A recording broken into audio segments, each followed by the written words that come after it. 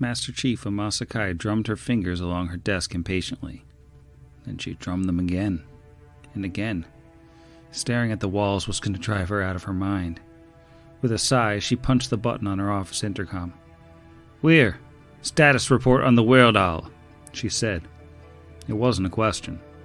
The Master Chief did not ask questions. Not in her current state of mind, anyways. "Yes, Chief," said the voice on the other side of the communicator. "I'm afraid there's been no change. Instrumentation indicates that it's still floating out there, essentially inert. The Dapple remains docked with it, but no communications with either one." Kai scowled. That hadn't helped her mood at all. "Unity is unable to reboot the link?" "I'm afraid Unity's interface on both vessels is down. Diagnostics indicate that there's some new form of interference, but it's odd." "Define odd, Weir. I'm not interested in cryptic proclamations." The man on the other end of the line sighed. It seemed more a stall for time than actual exasperation to the chief. Finally, he came through with an answer. "Seems like it's the hull of the divinity itself, I'm afraid. Something about the frame of the ship is causing every signal we send out to attenuate rapidly." Of course, Kai thought, mauling her fists.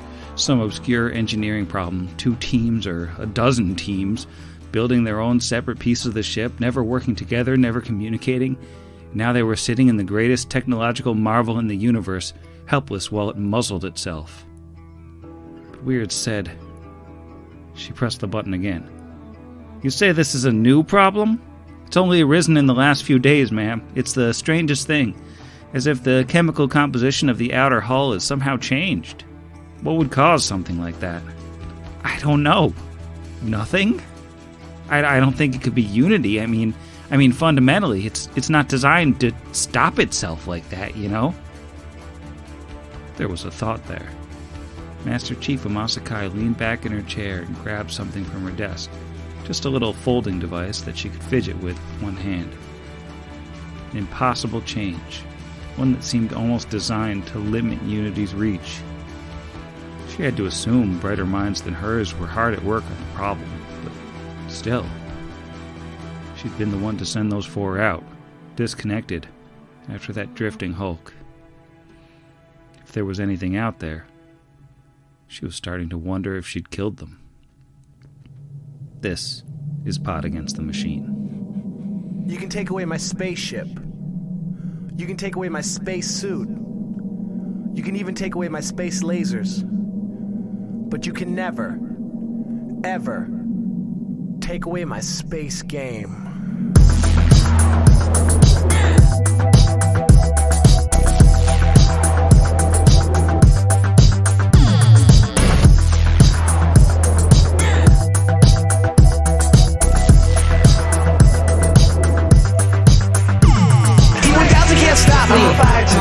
Magneto can't stop me, I'm on fire tonight. Even Zod can't stop me, I'm on fire tonight. It's tight, don't even try to bite the side.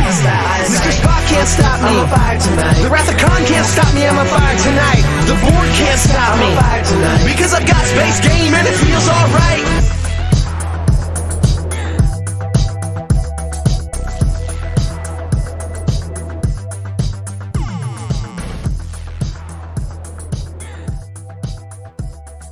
Welcome back to Pod Against the Machine in Space, the only Starfinder actual play that lives inside a Pathfinder actual play and bubbles to the surface every so often like some kind of half-mixed Spomby poison cocktail. I'm your host, and here's everyone. Spillo. Still getting some spillage out of that one. Yeah. It's Spy. been spunts. We can go back to it. Spospime, spast.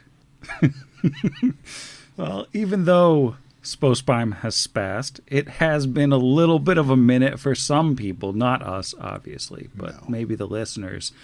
So let's take a minute to take a look at how we got here. The crew of the Dapple, Captain Lysander Norge Barstow, pilot Calexa Mal, medical officer Tetros 5, and let's call them security officer Feral Jays, are normally crewmates on the Divinity, a massive, one-of-a-kind, faster-than-light generation ship, on a 25-year mission to explore distant space and live, learn, and love whatever's out there. Normally, that's what they do, but today is anything but normal. because the environment module Wereldal, recently sent out to investigate an anomalous planet-sized warm body in the cold black void between the stars, has lost control of communications, computers, navigation, and their drive. They're out there drifting, hundreds of thousands of miles from help, and unable to do anything about it. So the Dapple, being a space tugboat, a spugboat if you will, has been sent out to ascertain the status of the crew, the 42 souls trapped in space, and bring back this multi-billion credit environment module. Just normal stuff. Only as they approached, they found that even short-band radio communications weren't functioning, and the computer interface by the docking tubes was locked out. They had to hack their way in to board the ship.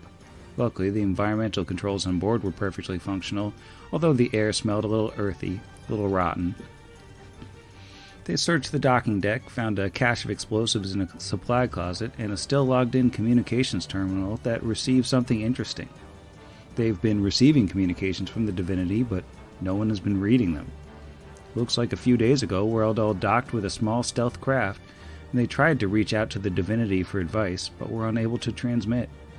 Tetros 5 went back to the Dapple and scanned the area, but could find no stealth ship around.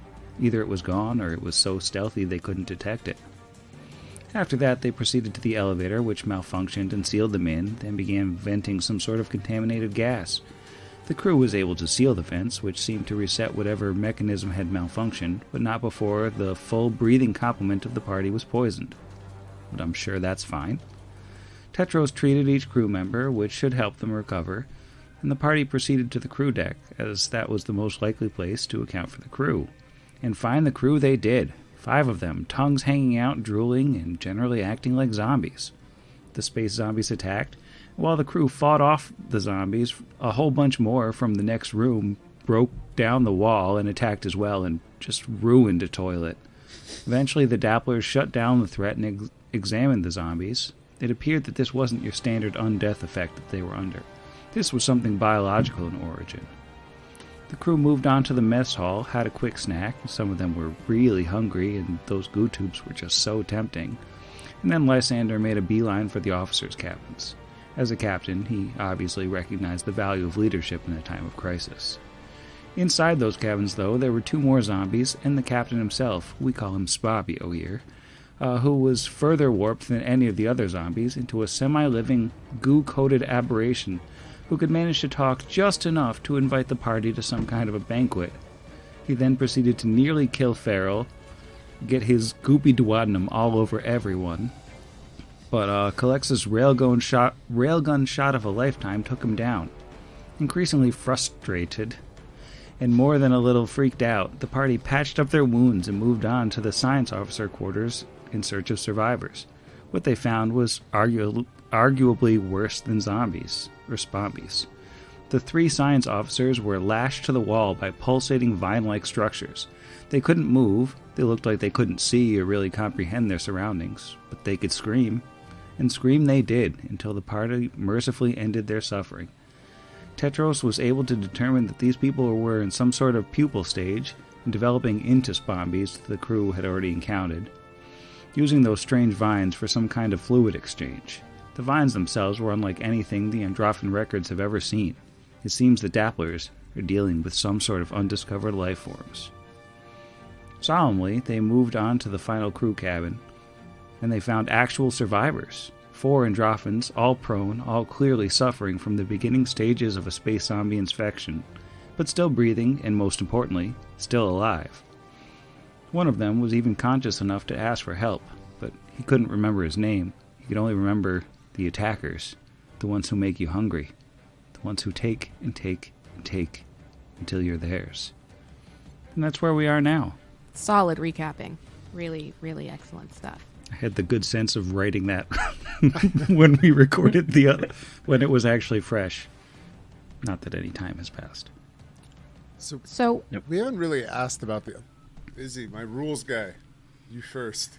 Yeah, what's up? Oh, okay. I was all excited to answer a question. No, I was going to say we're all standing in the room with the survivors. This person has just spoken. I would like to take advantage of the assumed distraction and sneak back into the vine room if I can. All right, I don't see why not. Great. I'll do that. Sorry, Zach, you go ahead. No, I believe we were like, so we were still talking to the captain. Captain? It was the captain. Not the captain, no, just not the captain. A person, just a person. A maintenance person of some Maintenance kind. person. I'm sure they're the captain of maintenance. And if they aren't, they're promoted right now. Because I'm pretty sure anybody standing up is a standing officer on this. They're all canonically prone.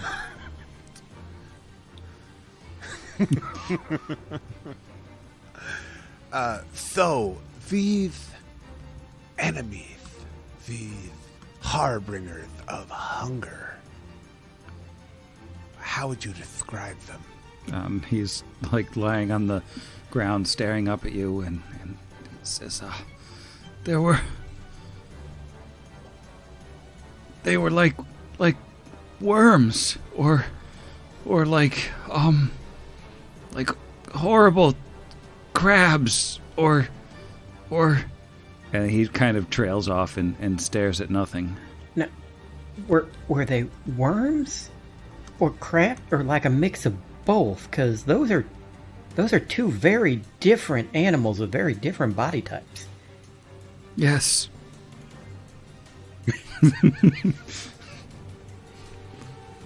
They were. Is this going to look back at Lysander like, okay, tell you. All right, so they're worm crabs. Are the worm crabs in the room with us right now? There don't appear to be any worm crabs in the room with you right now, though you're perfectly allowable to roll a perception check if you want to search for worm crabs.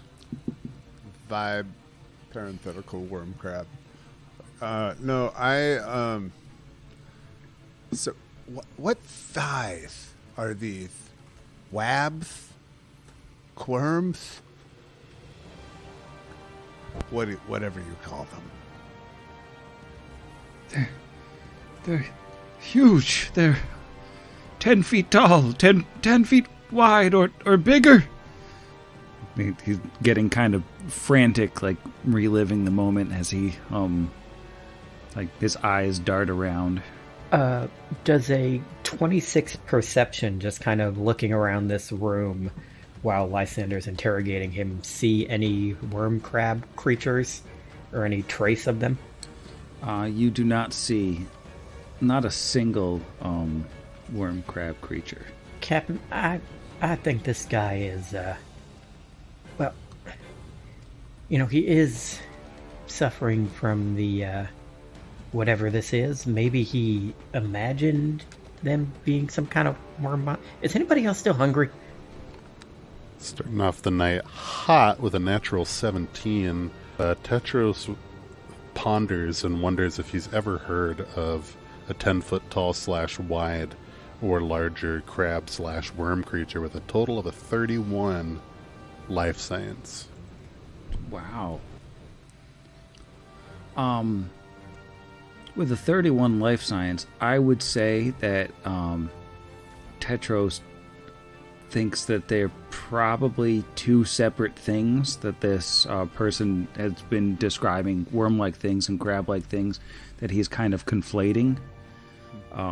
He seems to be a bit confused, but there are no known, 10-foot tall or 10-foot wide crab monsters that you can think of. Now, there are numerous alien worms, mostly mindless creatures, mostly worm-sized, so there's the occasional big, huge worm monster.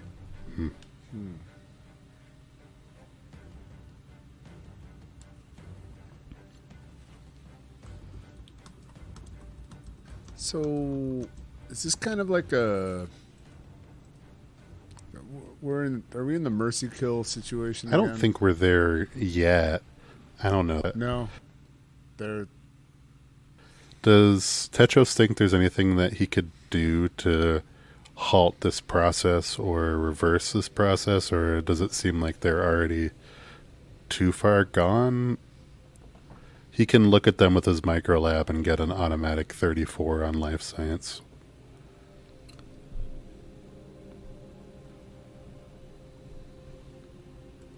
I think Tetros is pretty confident that with an actual medical lab or with like an auto dock, he could probably resolve this infection. And while they're almost certainly traumatized, they could conceivably survive and have the infection completely removed.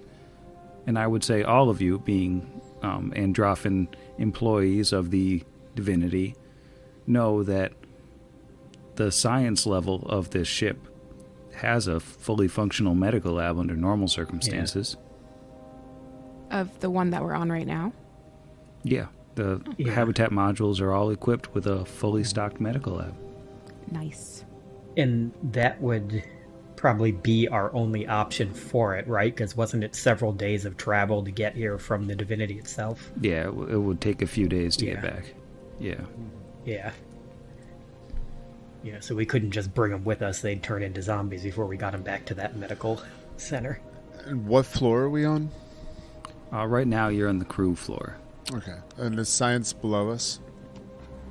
I don't know that there's really a Euclidean design of what deck goes where. I'll say science is below you. Tetros would look at his dearly beloved captain and say,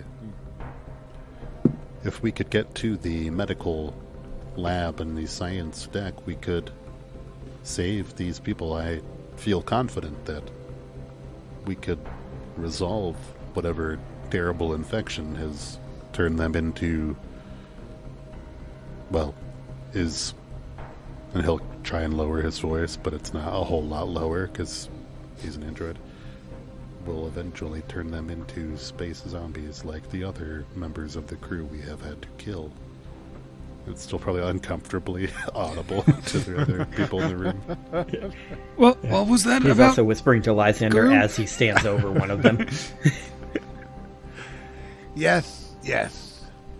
Tetros, my friend, someone may see a seen person when they look at you, but I know that a heart of empathy beats inside of that chest.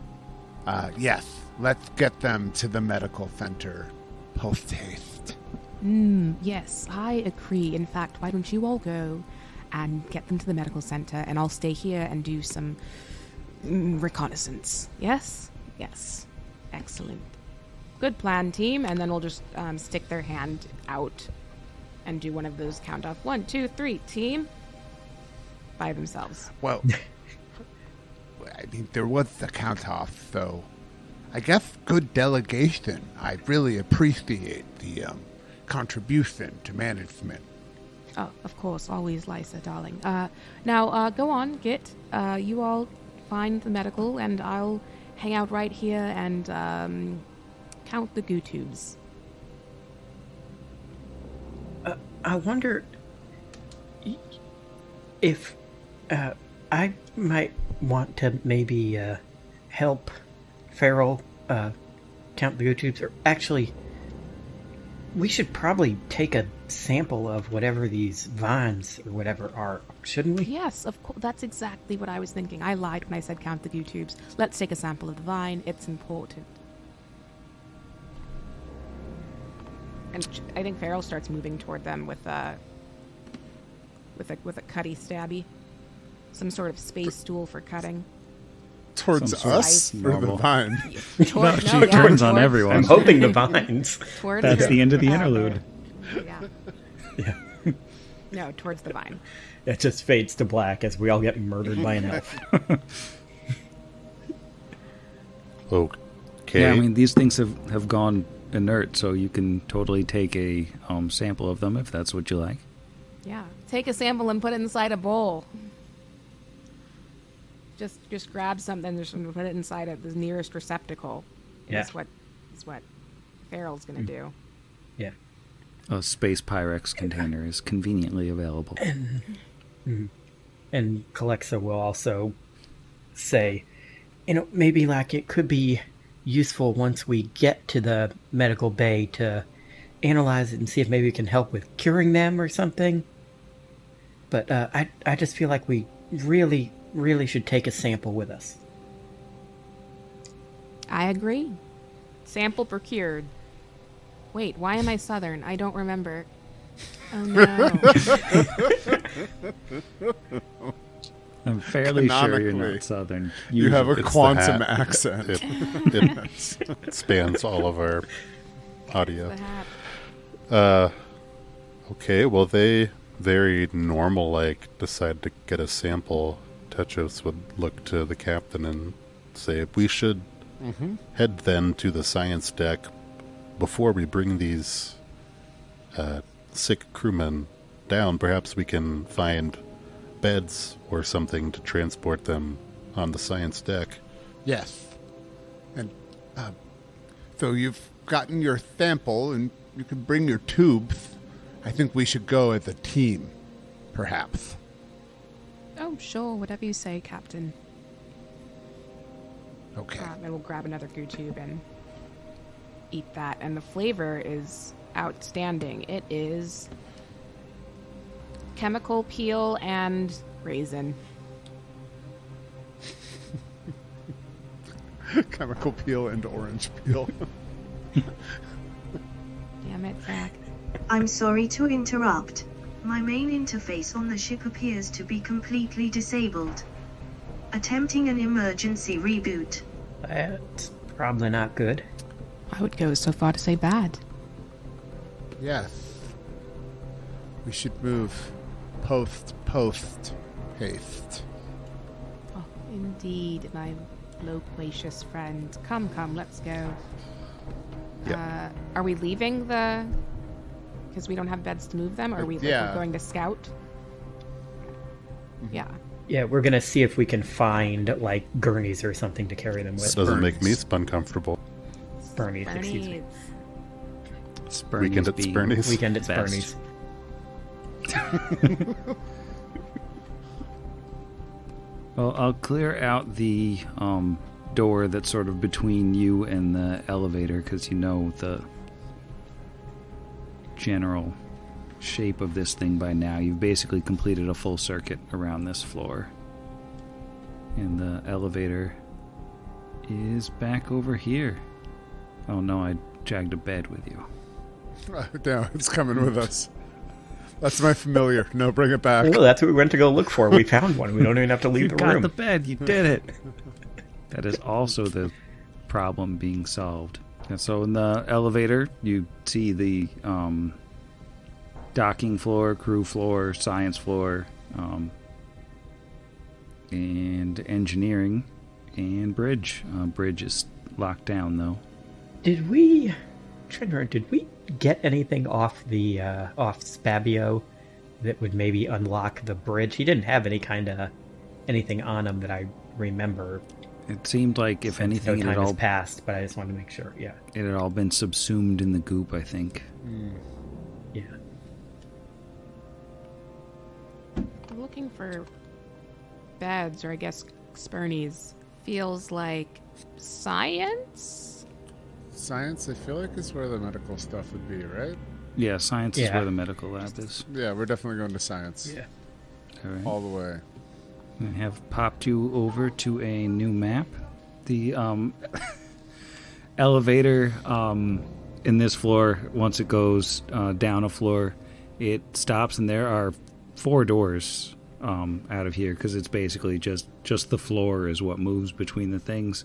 And you're in a round room with doors in all cardinal directions.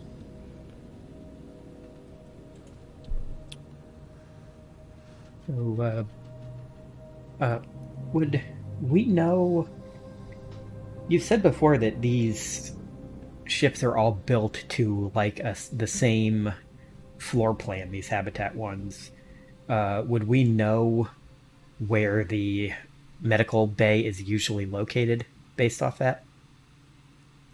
Would there be a role to remember that? No, I mean you have a floor plan, and I believe you have a schematic of the ship, so you would know that. Oh yeah, we do. We found a schematic. Yeah, that's right. That the effectively to the east Though, there's no cardinal directions in space, but what you would consider east were you looking at a map in the normal cardinal direction orientation, that would be the door for you. Okay. I will listen at the eastern door. The 17. Dead silence. You don't see anything at the Speastern door, or hear anything, rather, at the Speastern door. Speastern door it is. All right. Yeah, I'm gonna open it. All right, opening up the Speastern door reveals a 10-foot wide T-shaped hallway with several doors in it. There are doors leading north and south along the sort of thinner part of the hallway, and then once you get to the T intersection, there's a double door directly ahead. You would know that that is where the actual medical lab is. A double door to the south that leads to a infirmary, and a double door up to the north, which would be more of a biology lab. So infirmary. Yeah. Infirmary would probably be where they would have anything to pick anybody up with, right? Makes sense to me. Sure. Now, what's the rush? Slightly goopy friends upstairs won't be going anywhere immediately, right? We have a little time to explore.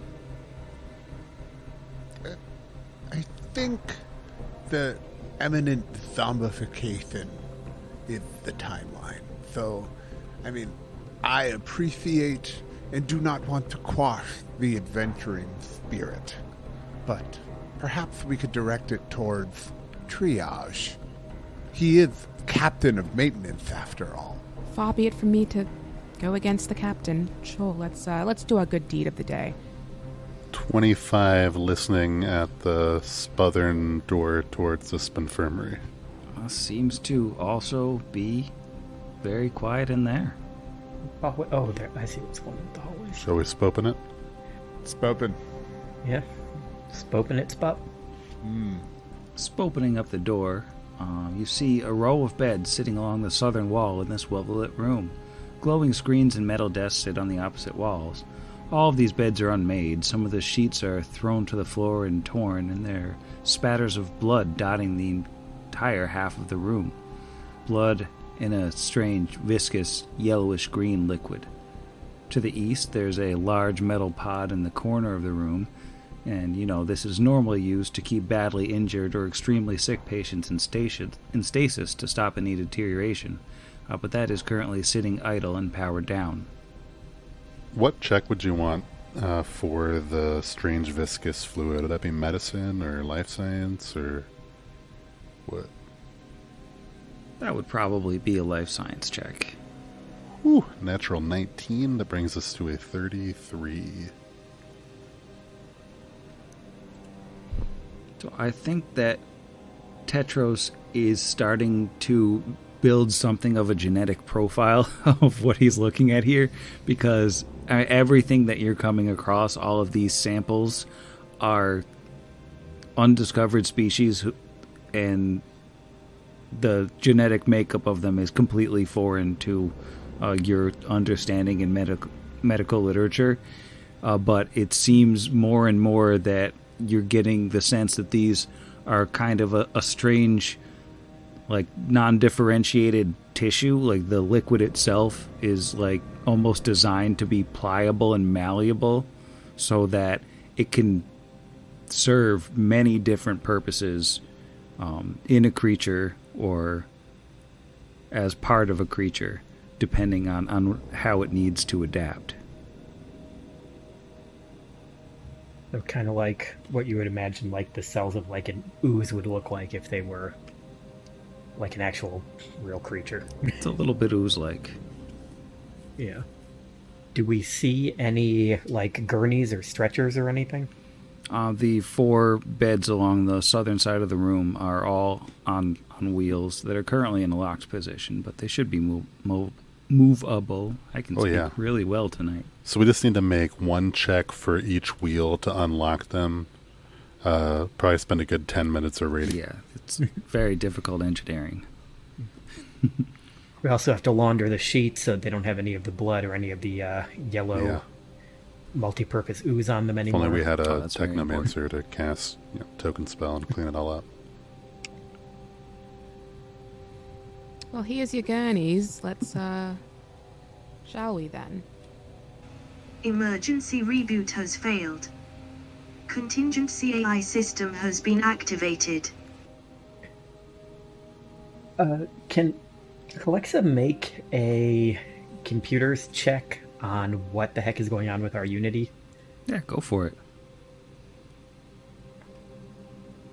That is a 17 on the die for a 28. It seems like Unity is functioning as normal. She's trying to get into the ship, and she is failing, which is weird because she should have complete control. Or they. I don't know Unity's pronouns. It's difficult to say. Captain, everybody, this is really strange. Unity is trying to patch into the systems on this ship, and it should be able to. We have power, we have everything, we've been opening doors, turning on lights, but it cannot get a connection.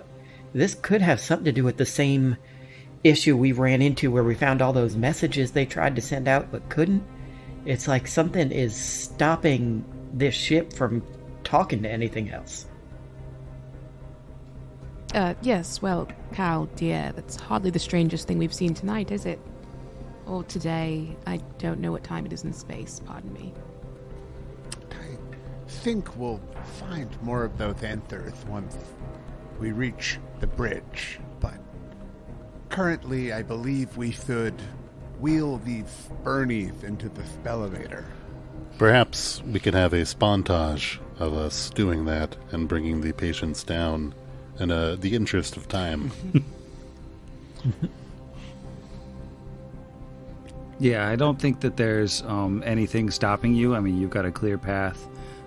It probably takes a couple trips just because of the relative size of the patients and the elevators. Oops. We run through the hallways with them to, you only get what you give by the new radicals, and we chase a guy in a suit with a gurney. Do the patients in their mental state have issues with us? Are we able to get them without a fight? That was the only thing I wasn't sure about. Three of them seem to be basically catatonic, and just the one guy who was on the floor seemed to be the only one who was conscious, and I think he puts up like a little bit of a fight, but he's mostly very confused and kind of unable to do all that much other than like twist about a little bit and mutter confusedly. Fair. Sweet. So we got an auto dock. They got the music in Right. you. Yeah, Don't and let you know go. the auto dock is over in the medical lab, which is up the hallway, sort of at the midpoint of the hall. Yeah, there. that was, the one that was straight ahead from the elevator was the... Yeah. Sounds good. Yeah. We know they gotta pull through. Got a reason to live. True. Anyway, I'll listen at the door again. Only a 15. Seems to be totally quiet there as well. Am I going through the... I can't remember. I don't feel... I'm like looking at his skills and I'm like, diplomacy? I'm not sure if this is a Brixby protocol sort of thing, so I'm just going to step back. Anybody want to go through this? Whatever, I To the lead east, from the yeah. front. Let's go. That's That's the wrong door. Oh no. Yeah, you biology lab. went into the, what was that one, like the science lab? Or no, the surgery room or Fair. something. Biology lab. Oh yeah, that's the worst place to go. Listen. I didn't have to get any of these prereqs to graduate. Oh, no. Oh, wait, no, they're already dead. Okay, it's good. So, yeah, opening up the door here. why did I go onto the wrong page? Reveals the medical lab where metal desks sit to the north and south along this long room. But the most distinctive features are, of course, a pair of odd bed-like tables flanked by an array of still active medical equipment. Moving armatures of metal extend over the beds, each outfitted with consoles and ready and waiting to be operated if they're needed. A pair of medical droids stand in the corners of this room, though they look like they're badly damaged. It looks like something tore their heads open. Why would something rip open a robot head?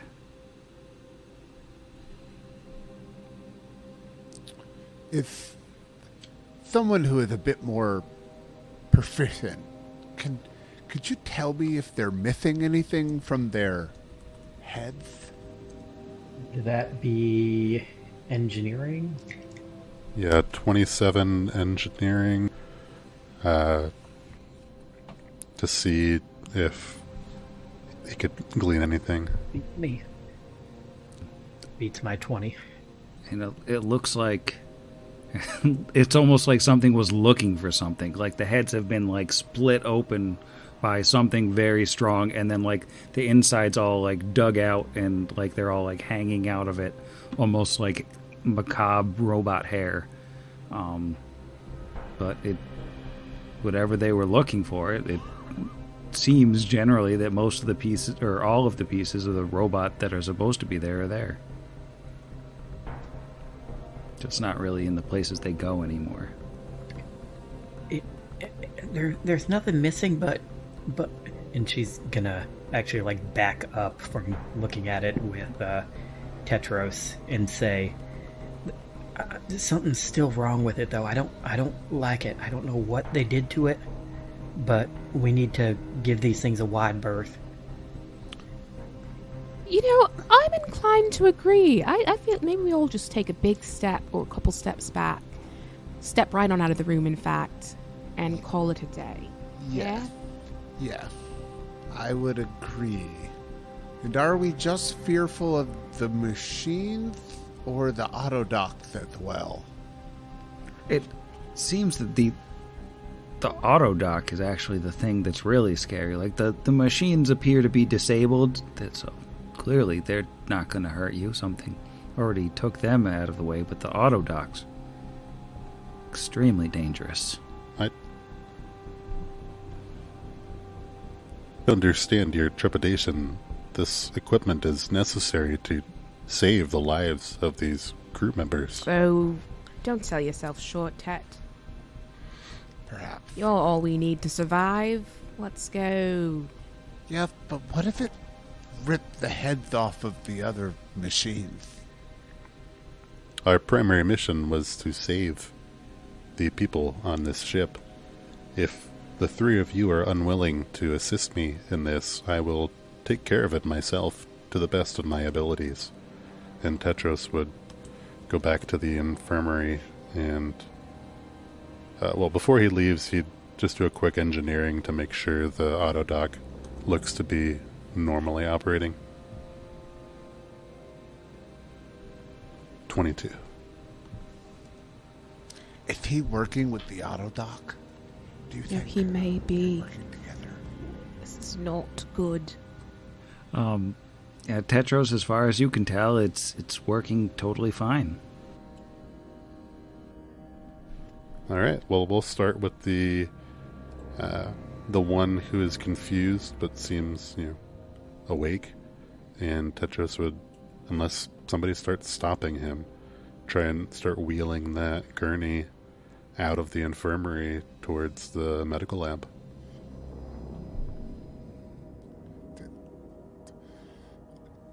Is that really I don't- necessary? I don't think that the fear is to the point where you would try to physically stop Tetros. So unless you think differently, like this, the compulsion effect or whatever's happening, which is nothing, everything's normal. Mm-hmm. It's not anything where you would necessarily feel compelled to stop those people from going into it. You just certainly wouldn't want to go in yourselves. I mean, I suppose they're already practically dead, so... Yes? Yep. What if we just wheel them right up to the door for you, and you take over the rest of the way? Or we could just put them into the airlock at this point and just shoot them out. Currently, sure. I'm all for airlocking people out of the building. Spaceship. Spare locking, as it were. Just stand back with trepidation and watch the autodoc inevitably bash the head open of this poor, confused, diseased person. Oh, does it ask mechanically what Tetros would need to do to like program the autodoc based off of what he knows, or is it just, go gadget technology? Gotta be computers, engineering, or medicine check to operate the surgical bed. Just the dirtiest of 30s on a medicine check. With a dirty 30. And I think this guy who is semi-conscious starts to get restless as you get him into the bed, and he's starting to like sort of twist and try to get away, but he doesn't really have a whole lot of capacity to for locomotion at this point. And I think the autodoc starts scanning him as you get him into it, and it's like showing all sorts of highly detailed medical jargon on the various displays that Tetros, of course, knows how to read. With the 30, it's enough for it to basically diagnose not necessarily the specifics of the infection, but it seems to like basically figure out where the infection is in his body, and like it's like generating a plan that just keeps like going through several iterations until finally it sort of presents basically a disease removal protocol on the screen to Tetros that looks reasonable. It looks like it should work based on what you've gathered so far, but it will take a little bit of time. Like he's going to have to be in this autodoc for a while in order to be fully stabilized and cured. That's even if we pay for the McAfee Pro version of the autodoc. I knew we should have sprung for Norton 360. Tetros would then grab, one of the other guys, catatonic persons, to get them going. Might as well use both autodocs. This will take some time, but they will be treated to the best of my knowledge. I don't understand why you are being so concerned with this technology, but please allow me, as the medical officer, to care for the crew members. Oh, yes, please. You're doing wonderfully, darling, too. Look at you. I wouldn't want to take away the joy of your own doings for me, so by all means, carry on. Yes. Yeah, you're doing a great job, Tetros. Just like we said, be careful. There's something wrong with those things. I know. I'm an engineer for a living, so just be careful. Perhaps its thirst for blood is flaked, or at least head blood, and they'll be okay. Let us proceed then. Should we proceed north? It seemed like if you wanted to analyze those signs. Those funny 6-second videos you have there on your cellular phone. Tetros, darling, did you want to give a listen? Sure. The operative asking the biohacker to do a perception. I don't know. Let's keep things consistent. Okay, I'll also do a perception. Only adjusted 19. It's a brand. Seems quiet in there too. Probably you got the only zombies in the ship. Everything is almost certainly fine. By my count, Fair. since no time has passed, there were 22 remaining crew members, including the 4 that we'd found. So that does leave 18 people who are definitely not zombies, otherwise unaccounted for. It's so nice to have like a faux counter. I authorize your entrance. Opening up the door reveals the biology lab. A long table with various unusual stones and dirt samples heaped on it sits on the southern wall of this room, while the north holds a line of metal desks and a series of terminals placed next to a large humming device. At the heart of this device seems to be a sphere of reddish-brown mud or dirt suspended in the air by, normal Androphan technology. But this room seems quiet. There's nobody here. Just, a day's work left behind. Can we do another perception, or can we carry over it from the previous perception? Does this mean anything to anyone? Oh.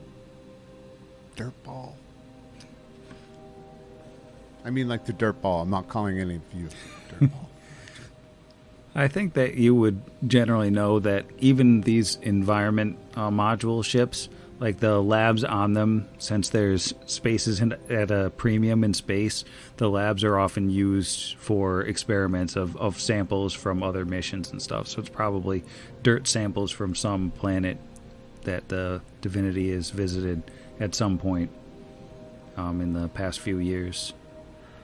Someone was doing double duty analyzing that while also out on this mission to look at the warm ball in space. Hey, at least we can be confident that there's no plant type creatures that hunger for blood. Any of these samples, that's for sure. Then Tetris would just go back towards the elevator to open the hallway doors and just kind of complete that little circuit. Yes. Excellent idea. Really uncomfortable that there's still zombie tokens, even though they're in the auto dock. Yeah. They don't have colors on them, so that means that they're fine. I keep seeing it as my token goes by and they go into my field of view, and I'm like, Yeah, no, totally. Are we opening the door? I was waiting for perception checks. 25 for the southern door. 20 for... Oh, wait, I'm also in front of this. So never mind. You hear running water on the southern door. Some water behind here again. Perhaps it's a spa. It might be a spa, who can say? Just a 21 on the northern door. Doesn't sound like anything on the northern door. Right, so do you want to do water or nothing? What are we waiting for? I'm going to proceed through the door. A little levity there. A little water joke for our water fans on the podcast. It's toilets. Another bathroom. Yeah, you found a communal use bathroom. It's pretty clean.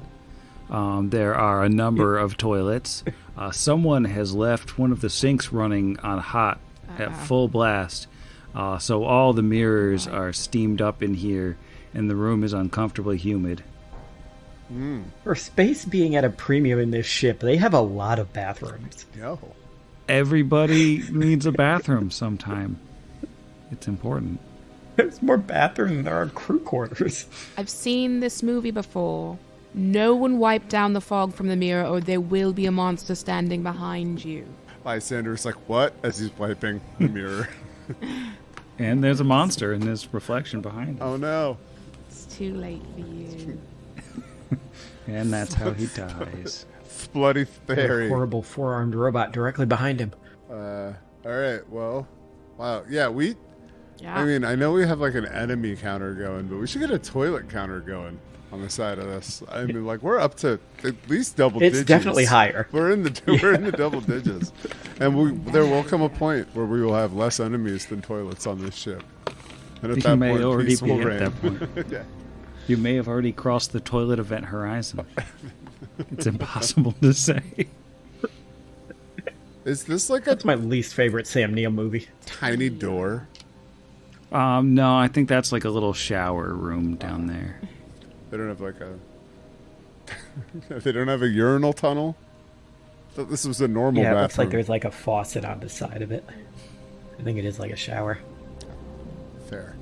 Alright, so Check the last door then. I'm bursting inside. yeah, bursting.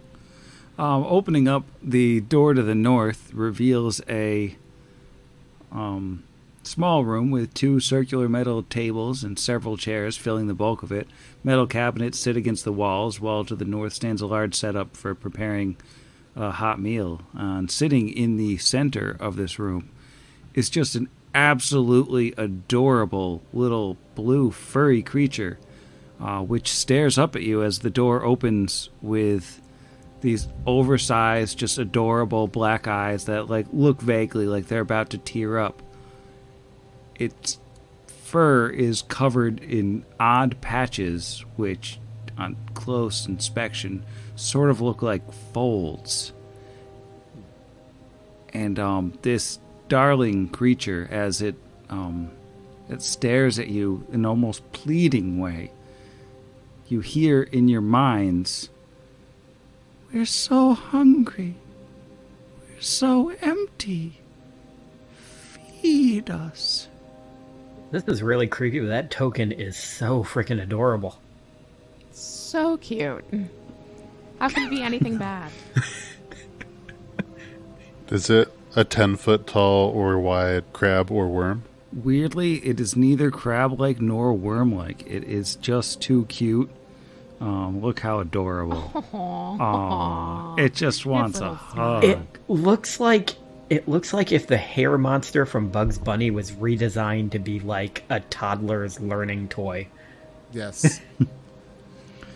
So, toss it a goo tube. Oh, I'll toss it 6 goo tubes. Now,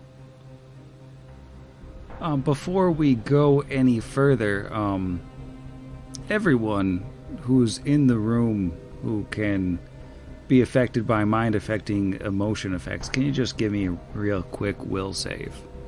Oh, that's a good save for me. I'm sure. Just... Oh, +0. Awesome. Ooh. That's good. Is this an enchantment spell or effect? It is not an enchantment spell or effect. Should look if I have any feats that give me anything special like that. Nope, I do not. All right, going. Let's see. Tetros, I think, doesn't have to make a save here. So how about Lysander? He's. I mean, you can tell me, but he's still like I get a racial bonus to mind affecting effects, so that makes me suspect unless a mind affecting emotion effects. Like I get a DC's against me or higher. It doesn't say that I'm not affected. I count as a construct and a humanoid. So I rolled a total of an 18. All right, so you're okay. You're unaffected by this cuteness. How about Lysander? 2 for a 4. So you are fascinated by this adorable You are creature. So cute. You are just irrationally infatuated with it. And how about Calexa? Calexa got a 13. Yeah, same thing. You are fascinated by this creature, and it is in irrational, just absolute love for this cute little huggable thing. How about Farrell? That's a 3 for a 6. Same thing. Once again, all of our dear biological crewmates just absolutely love this little creature. Professor Snugglesby. I love him. Oh my goodness. I've already got a couple names for him. Aren't you just the most darling thing? Come here, come here. Not fascinated. We all start doing the the noise like a cat at a party where 4 people are calling them at once. Which one of us do you like the most?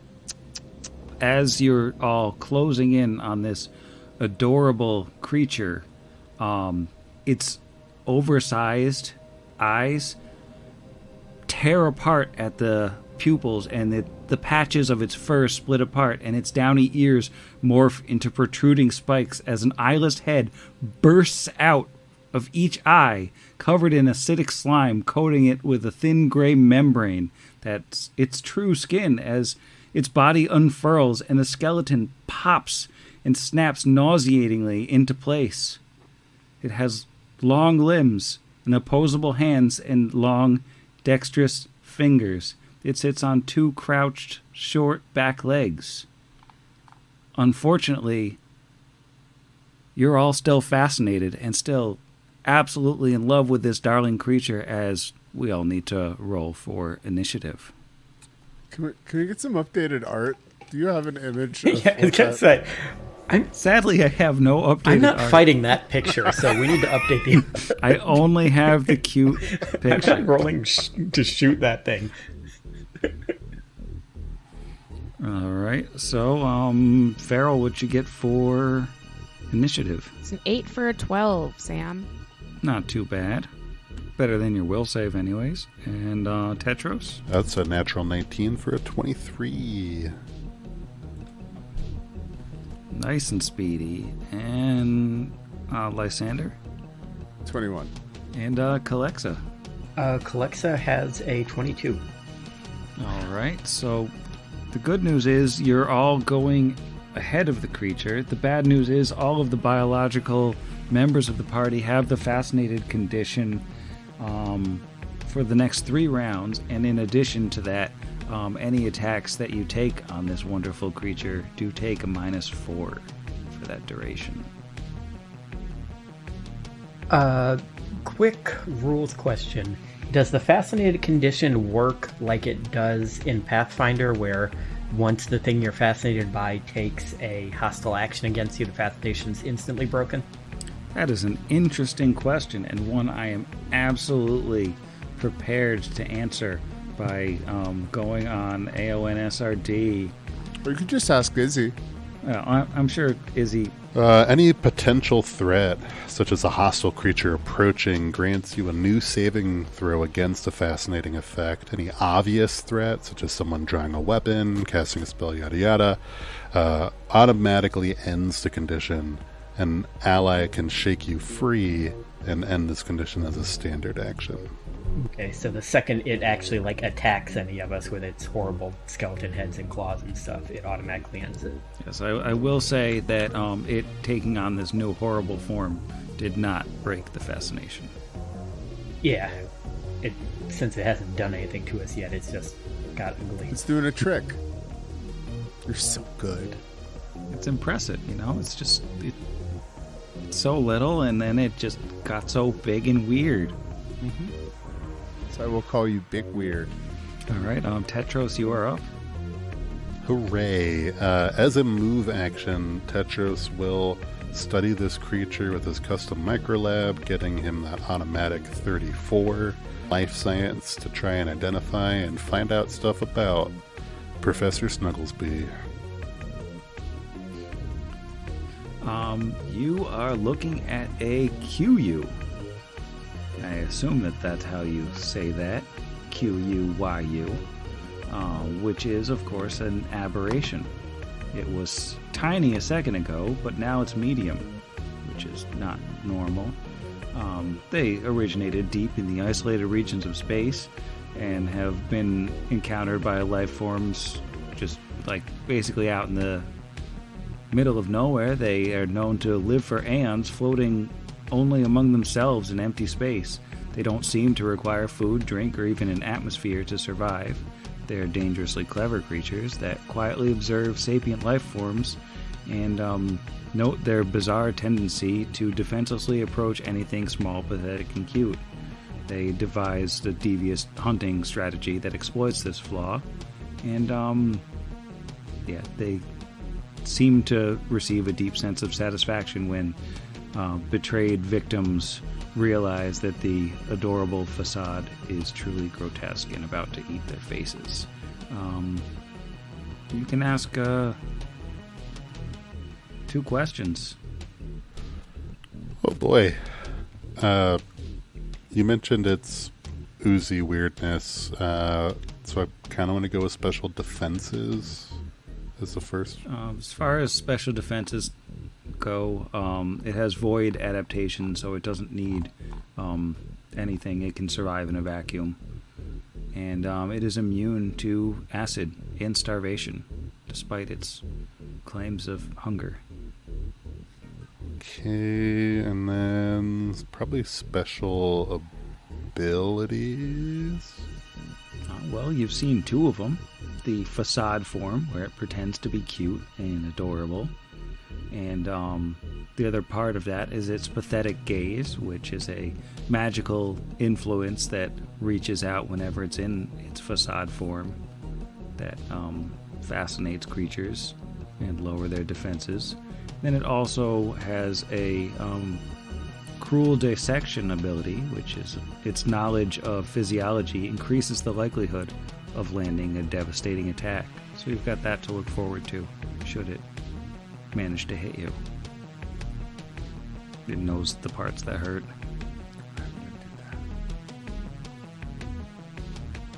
That sounds like a bummer. Tetros will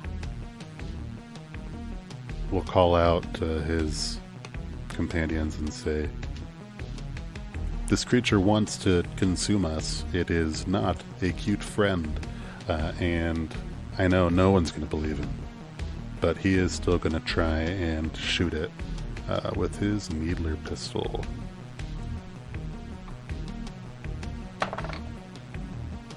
Ugh, and the good rolls are over. Move along. Natural 2, not gonna hit. Total of 11. Yeah, 11 is not going to hit. So that'll bring us to Calexa. Okay, Calexa has yet to see this thing take a hostile action, but she did see Tetris just tried to kill it.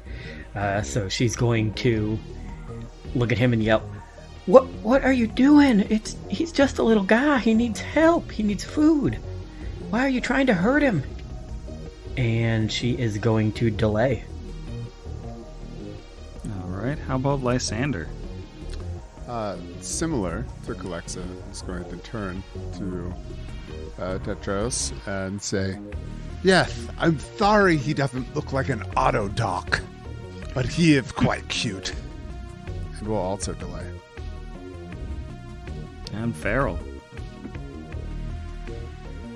Not to be dramatic, but Feral too will turn to Tetris 5 and say, "Now, darling, I know that we upset you by not wanting to go into that back room there, but there's no reason to take it out on this poor creature. Look how cute it is. It just wants some food. Let's oblige." And we'll also delay. Well, this darling little creature is going to, on its turn, it's going to full attack, starting by just chomping on Lysander's face with one of its heads. Oh, that's not a good roll. That is only a 15 versus KAC. That is a no, unless I am flat kinetic footed super type. Does that exist? No, I don't think Fascinated does anything with your AC, so you should be... Yeah, I don't think there's like any negative things. Yeah, so he's just like, ooh, oh, look at you, a little feisty Fran. On the plus side, you are no longer fascinated as it tries to get you with one of its long-fingered claws. And that is also a 15. That also misses. All right, well... Yeah, the only negative for Fascinated is a -4 penalty to any skill checks made as reactions. I'd like to reinsert, I suppose. Sounds reasonable. Tact. My friends, take care. Tetros is right. This creature is an enemy under all of that hair. And gonna 5-foot step back. And oh yeah, I have a thing. I'm gonna look at my buddy Feral, and I am going to... as a standard action, you can signal an ally within 60 feet. That ally can ignore one condition of your choice until the start of your next turn. That includes Fascinated from this list. This is the Don't Quit ability. Condition can still be removed, can't remove permanent duration, etc., etc., etc. So yes, so as a standard action, I'll look at Farrell and say, Do not be deceived. It is not as it seems. Big weird is scary. And shoot them. and so you can now ignore being fascinated. Ooh. Well, if I'm ignoring, I'd also like to reinsert if that's the end of Zach's turn. All right. Great. So Farrell comes to themselves, just going, oh, good. What on earth is this thing? Dear God. Okay, right. Well, sorry then. Let's go. And we'll fall back on my old standard, which is start with a trick attack. So I'm going to roll stealth and see if that works. Oh, no, that's not good at all. That's an 18. I have to beat a 20 plus CR, so not going to work. So, yeah, it's not CR -2. Okay, so then just a regular pistol whip. 3, 9 plus 3, 12. I don't think a 12 works either. 12 is not going to hit the little dear baby. Okay, so Farrell comes back to themselves, realizes this thing is bad, goes to smack it with a gun, and then just sort of trips. Oops, well, next time, I'm sure. That's my turn. All right. Kalexa, are you stepping in, or are you letting your turn go after Tetros's? So when it's attempted to eat Lysander, that would have broken it for all of us, correct? Yes. We saw hostile I think action. the Fascinate should be broken because it did a chomp right next to you. Okay, yeah, then she is going to reinsert, and she's going to go, oh my gods, what is that thing? That's not what we thought it was. And she is going to attempt to shoot it with her gun from point blank range. It's going to bite you. Yep, I figured it would, but like her immediate reaction would not be to take a step back, it would be to start trying to shoot it. That is a 23 to bite. That's KAC. Yep, that beats it by 2. All right, I am There's a hit. going to need a fortitude save. Or hey, my fort is not a 0, unlike my will. But that's probably still a fail though, because that's a 10 on the die for a 15. Alright, so good news is it's a bad roll on the damage. That is only 13 piercing damage. The mouth isn't letting go though. I get a natural 20 on the grab, so you are grappled. Ouch. How much piercing damage did you say again? 13. 13, that's what I thought you said, just wanted to make sure. And I am grappled. Ugh. That on this sheet to see my negatives for that. Afflictions, yes, here it is. So, depending on the Is it going to be a... weapon that you're using, you might not be able to shoot now. Yeah, it is because of a feat I have. I can fire this gun one-handed, despite it being normally a two-handed weapon. Oh, nice. So as long as I can still fire one-handed while grappled. Yeah, you can't take any actions that require two hands. So Okay. you should be able to do one-handed.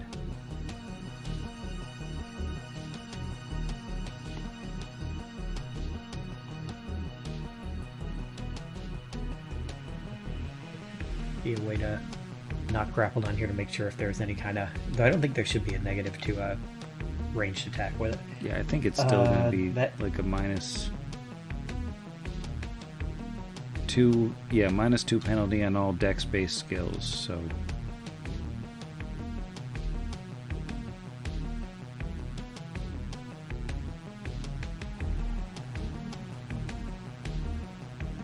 Dex, it probably is because it's a gun.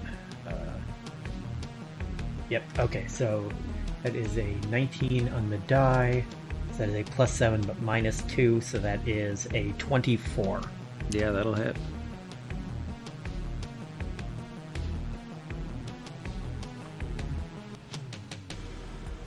Didn't do my thing that gives me the +5 because she is way too panicked to try to do that.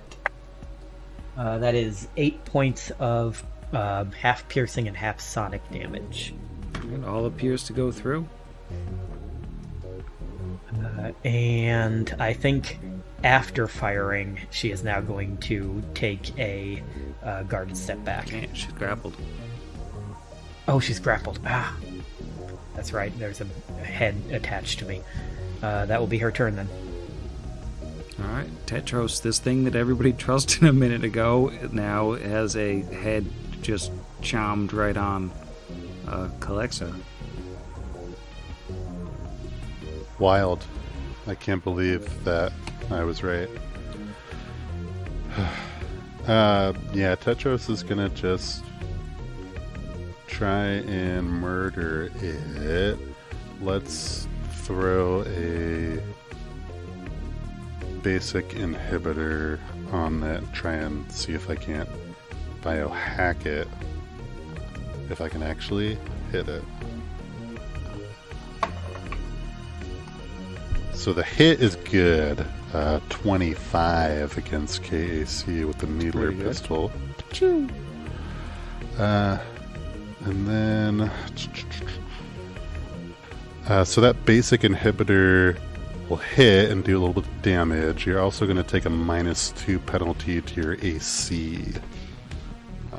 But let's get that damage.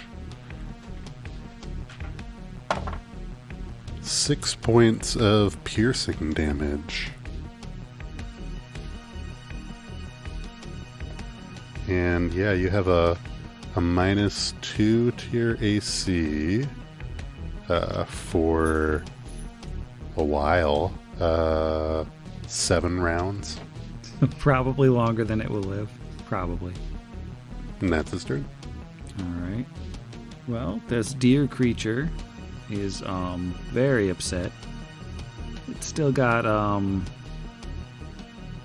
it's got some teeth in Calexa, and it's got Feral standing right on the other side of it. So I think what it's gonna do is it's gonna try to chomp Feral with its other head. I think it's gonna do a full attack. So it's gonna go for first the chomp. That is a pretty good roll. That is a 23 versus KAC. Yep, 23 will do it. Need a fortitude save? That's a question. Yes, you do need a fortitude save. I do need one. I was like, no, I'm good, thanks. I mean, we can just auto fail it if you want. Oh, come on, these rolls are killing me. That's a 4 total. 4 total. Wow. Good thing this is fortitude save. Oh man. Max damage. That is 20 piercing damage.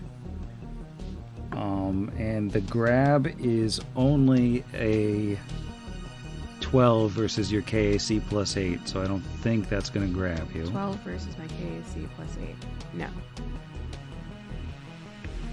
And the claw is going for the grappled Calexa, which is a 14 versus KAC. That is a miss. Alright, well, at the end of its turn, you are no longer grappled. So, nobody's grappled. So everybody's free to hug the creature as much as they want, and Lysander is up now with our reshuffled order. Yeah, you cannot grapple the Dapple, as they say. I guess he's actually successfully grappled multiple Dapple. But regardless, Get him! Deceived us with their fluff. now to show them that we're tough. This is turning into some real Team Rocket. But yeah, so there's that. That is my get 'em. That is my move action. And then I guess I don't have to don't quit anybody because everybody can see what's going on. So you know what? I'm gonna try to demoralize which I can also do as a move action. So to do that, it's an intimidate check. God, what's the what is even the DC? I don't know, but I bet you I'm gonna succeed with the 17 for 33. I bet you feel bad about yourself. Yeah, I'm guessing that succeeds. Okay, well, you're definitely demoralized now. You might be demoralized DC later. Is either 10 plus the opponent's total intimidate skill bonus, or 15 plus 1.5 times the opponent's CR. So, what was your total again? It was 33. Alright, so I'm guessing its intimidate doesn't exist. So, alright, so it's intimidated for 2 rounds. Yeah. It's big. Alright, it's my turn. Alright. Big bicep. Feral, this thing is easier to hit. You've got to get him. You are not grappled. Yeah, gonna hit it. Hit it with my gun. We're gonna go for the trick attack again. Different die this time. That's a little better. That's gonna be a 22 to attempt trick attack. It's gonna be 20 versus their 22 versus their CR plus 20. No, it is higher than CR2. Okay, so that's not going to work. And then we're just going to try a regular whip. Should really start shooting these things, but I'm a melee fighter, what can I say? That's a dirty 20. That'll hit. Great. That's 11 points of gun damage? Like bludgeoning, I guess. Of bludgeon gun. Alright, it's starting to look a little bit hurt.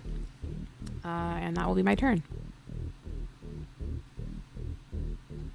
Alright, Calexa. The teeth are out of you. Yes, Calexa is going to take a guarded step back to the southwest. And then she is... that's my move. Because it's not a free action anymore in Starfinder, is it? It's an actual move. That's the one that started that, and then 2E continued it, right? Yeah. Yeah, okay. So I cannot use my ability to get my sights on this thing, so I'm just going to have to fire at it regularly. So that is a 14 on the die for a 21. That 21 will hit. Right. That is 9 points of damage. Alright, pretty good. That will be her entire turn. Moved and fired. Alright, Tetros, you have inhibited this creature. You put a needle in it as well. Yeah. I think he's just gonna watch the rest of the fight because he's done all he can. No, Tetros will step up to the creature and stab at it with his tactical spear.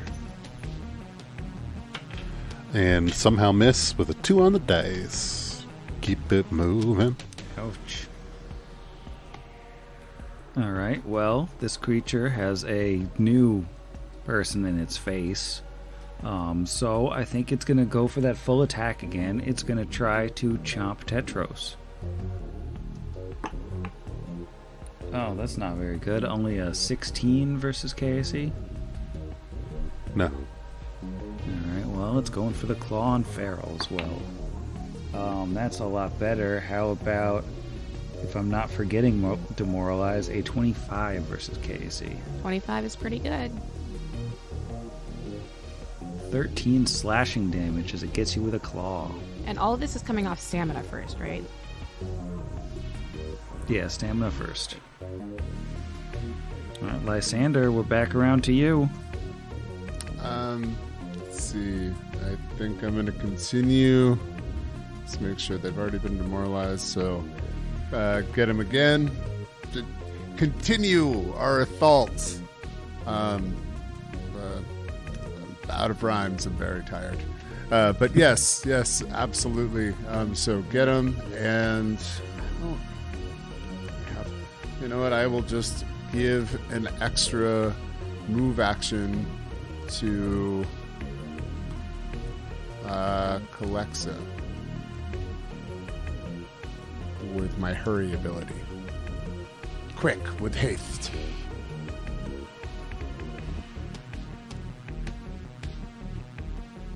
All right, that'll bring us to Feral.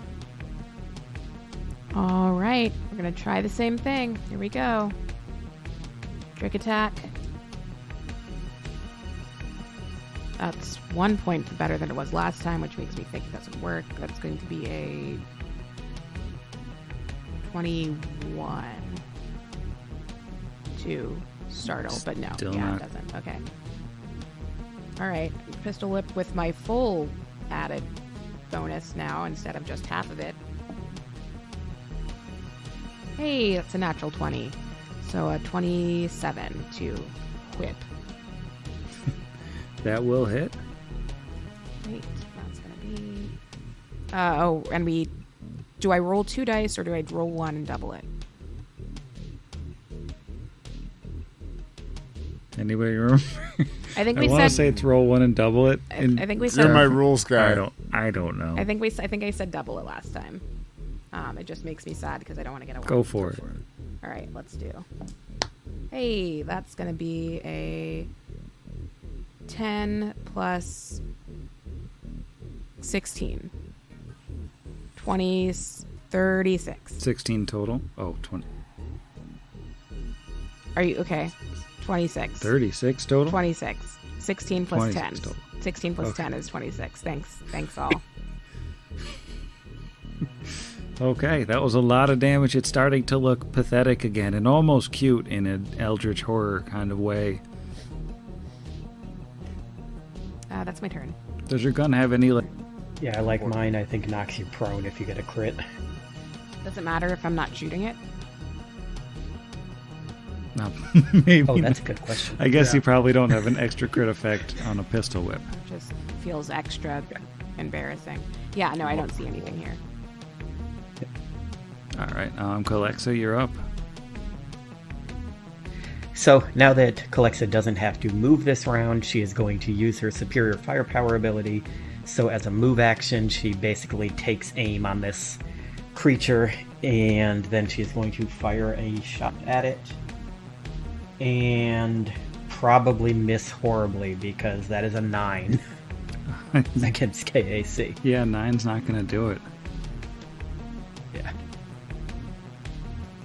And that will be her turn. All right, Tetros, you're up in its face.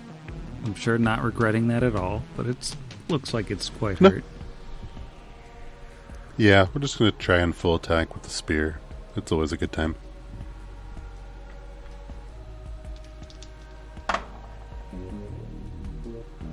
Oh, one's a nat 20. The other is a, with the get 'em still on it, an 18. Those will both hit. Yeah, it's happening. Melee. Tetros the melee monster. Oh yeah, so we'll do the crit first. No crit effect. That is 16. Ooh, and max 12 on the non-crit. Their powers combined, it is a dead QU. We are out of initiative. Oh, QQ from the QU. So I think as you're all standing in this, it looks like a break room, probably.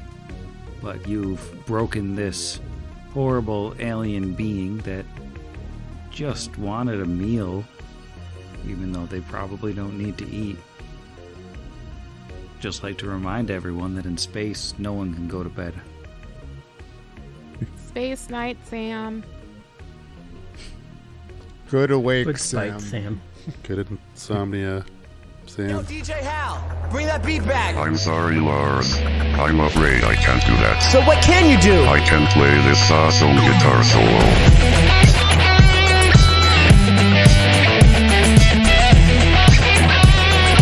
Pot Against the Machine is property of Network Against the Machine, LLC, all rights reserved. Starfinder and Pathfinder are property of Paizo Publishing. See their website, paizo.com, for more information. Yes, I'm an alien. Yes, I'm an alien. Yes, I'm an alien. I come from outer space. Yes, I'm an alien. Yes, I'm an alien. Yes, I'm an alien. I came to rock this place. Thank you to MC Lars for our theme song for episode 100, Space Game. We encourage you to check him out at patreon.com/MCLars. Additional sound credits are available in the show notes. As always, if you like what you hear, we encourage you to leave us a review on your podchaser of choice. All right. I'm not recording. Recording. Doop-a-doop-a-doo. Testing waveforms. Goopy. Testing Goopy waveforms. There they are. They're Waveforms. Oh yeah, are you're my able to actual see. waveforms working? Sometimes they're Actual waveforms, waveforms, sometimes they're Goopy. forms. Space wave goop forms. Space Eric wave Clapton. goop forms. Spice wave goop forms. Yeah. Accent 1, 2. 2, 3, clap. Oh, the strong and robust clap. That one hurt. I was trying to clap for 2 and I missed my own hands the first time. Just normal things.